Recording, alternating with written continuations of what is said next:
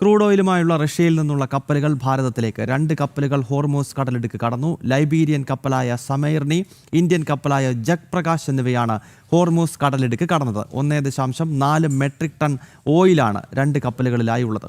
നന്ദഗോപനാണ് വിവരങ്ങളുമായി ചേരുന്നത്. നന്ദൻ, ഭാരതത്തെ സംബന്ധിച്ചിടത്തോളം ഇത് വലിയൊരു നയതന്ത്ര വിജയം കൂടിയാണ്. കാരണം ഹോർമൂസിലൂടെ മറ്റ് പല രാജ്യങ്ങളുടെയും കപ്പലുകൾ പോകാൻ കഴിയാതെ അതവിടെ തടഞ്ഞിട്ടിരിക്കുന്ന, അല്ലെങ്കിൽ അതിനെ ആക്രമിക്കാൻ ശ്രമിക്കുന്നതിനിടയിലാണ് ഭാരതത്തിൻ്റെ കപ്പലുകൾ, അല്ലെങ്കിൽ ഭാരതത്തിലേക്ക് ക്രൂഡ് ഓയിലും മറ്റുമായി എത്തുന്ന കപ്പലുകൾ ഇപ്പോൾ യാത്ര തുടരുന്നത്. പറയും. ഗൗതം, ഭാരതത്തിന്റെ പാചകവാതക ഇറക്കുമതിയുടെ 55% ഈ ഹോർമുസ് കടലിടുക്ക് വഴിയാണ് നടക്കുന്നത്. മേഖലയിലെ സംഘർഷം കാരണം ഏകദേശം 28ഓളം ഇന്ത്യൻ കപ്പലുകൾ അവിടെ കുടുങ്ങിയിരുന്നു. പ്രധാനമന്ത്രി നരേന്ദ്രമോദി ഇറാൻ പ്രസിഡന്റുമായി നടത്തിയ ചർച്ചയെ തുടർന്ന് ഇന്ത്യൻ കപ്പലുകൾക്ക് കടന്നുപോകാൻ ഇറാൻ പ്രത്യേക അനുമതി നൽകി. തുടർന്നാണ് ഇപ്പോൾ 40,000 മെട്രിക് ടൺ പാചകവാതകവുമായി ശിവാലിക് എന്ന കപ്പൽ ഈ ഹോർമുസ് കടലിടുക്കിലൂടെ ഇപ്പോൾ കടന്നു വന്നുകൊണ്ടിരിക്കുന്നത്. ഇതിൽ ഏറ്റവും പ്രധാനം ഭാരതത്തിന്റെ നേവി ഇതിന് നേരിട്ടുള്ള സംരക്ഷണം നൽകുന്നില്ല എന്നുള്ളതാണ്. അതായത് സാധാരണ യുദ്ധക്കപ്പലുകൾ നൽകാറുള്ള നേരിട്ടുള്ള അകമ്പടി ഇല്ലാതെയാണ് ഈ പാചകവാതകവുമായി ഈ കപ്പൽ ഹോർമുസ് കടലിടുക്കിലൂടെ കടന്നു വരുന്നത്. ആ മേഖലയിൽ ഇന്ത്യയുടെ ആത്മവിശ്വാസം എത്രത്തോളം വർദ്ധിച്ചു, അല്ലെങ്കിൽ സുരക്ഷ ഭാരതത്തിന്റെ കപ്പലുകൾക്ക് എത്രമാത്രം ഉണ്ട് എന്നുള്ളതും ഇതിലൂടെ നമുക്ക് തിരിച്ചറിയാൻ കഴിയുന്നു.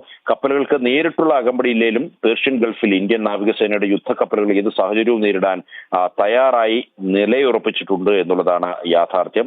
ഇത് കൂടാതെ മറ്റ് 2 കപ്പലുകൾ റഷ്യയിൽ നിന്നും ക്രൂഡ് ഓയിൽ കൊണ്ടുവരുന്നുണ്ട്. ലൈബീരിയൻ പതാകയുള്ള കപ്പൽ, അതായത് അതിന്റെ പേര് സ്മറൈനി എന്നുള്ളതാണ്. 1.4 ലക്ഷം മെട്രിക് ടൺ ക്രൂഡ് ഓയിലാണ് ഇതിലുള്ളത്.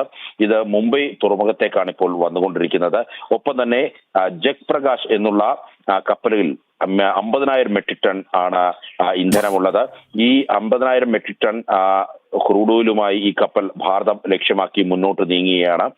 പ്രധാനമായും ഈ മേഖലയിൽ ഇപ്പോൾ ഭാരതത്തിന് പൂർണ്ണമായി സ്വതന്ത്രമായി മുന്നോട്ട് നീങ്ങാനുള്ള അധികാരം ഇറാൻ നൽകിയിരിക്കുന്നു, അല്ലെങ്കിൽ ഭാരതത്തിന്റെ കപ്പലുകൾ ആക്രമിക്കില്ല എന്നുള്ള കൃത്യമായ വിവരങ്ങൾ ഇറാൻ നൽകിയിരിക്കുന്നു.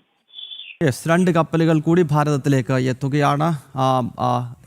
ഭാരതത്തിൽ ക്രൂഡ് ഓയിൽ പ്രശ്നങ്ങളോ അല്ലെങ്കിൽ പാചകവാതക ക്ഷാമമോ ഉണ്ടാകാതിരിക്കുക എന്ന ലക്ഷ്യത്തോടു കൂടി കഴിഞ്ഞ ദിവസങ്ങളിൽ ഭാരതം നടത്തിയ നയതന്ത്ര നീക്കങ്ങൾ അത് വിജയം കാണുന്നു. ഭാരതത്തിലേക്ക് കപ്പലുകൾ ഹോർമൂസ് കടലിടുക്കിലൂടെ ഇപ്പോൾ യാത്ര ചെയ്തു വരികയാണ്. നന്ദഗോപനാണ് വിവരങ്ങളുമായി ചേർത്ത്.